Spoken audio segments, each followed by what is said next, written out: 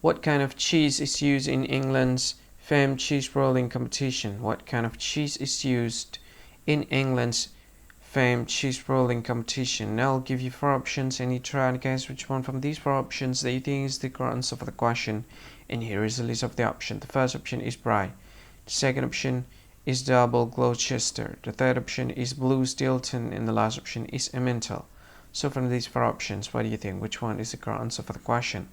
And now let me tell you what is the answer for the question. And the correct answer for the question is Double Gloucester. So that's the answer for the question. Double Gloucester. Thank you so much for watching this video. If you find this video very useful, you can help this channel to grow by subscribing to the channel. Click the subscribe button and like this video. And if you want to share it with your friend, just go ahead, click the share button and you can share it to any social media that you wish.